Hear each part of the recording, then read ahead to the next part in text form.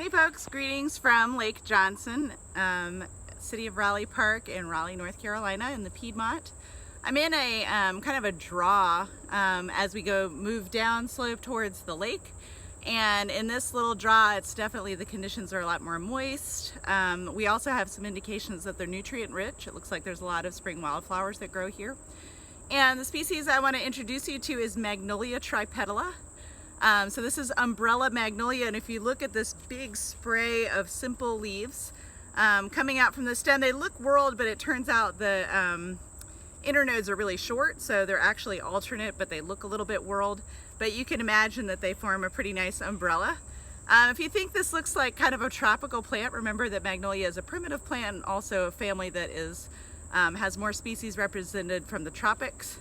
And to see the leaves, right, so they are very large simple leaves, probably the largest simple leaves in our southeastern flora for Magnolia Tripetala, and at least in the Piedmont. And then you can also see, let me try and get it isolated so you can see with my hand behind, so they have these fleshy and kind of waxy, very large buds that come out up above the leaves that hang down here.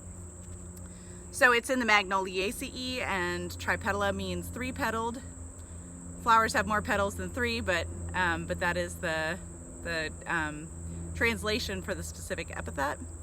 And this is, like I said, it's not a huge tree.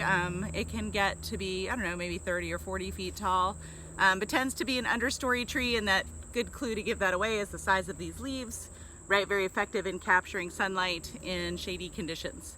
So Magnolia Tripetala likes these slightly more nutrient-rich soils, slightly more moist sites. You're not going to see this in a dry upland site, but it is quite happy here in this moist draw that doesn't get a lot of direct sunlight here at Lake Johnson, that like the draw leads down to the lake. So it's got, like other magnolias, it has smooth gray bark, fairly nondescript.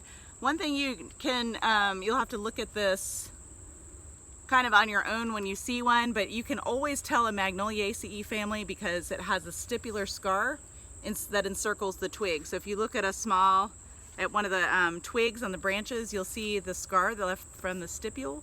And that's a character that is shared by all the species in the Magnoliaceae family. So look for those stipular scars. It just looks like a little line or ridge that encircles the twig that shows where the stipules were attached.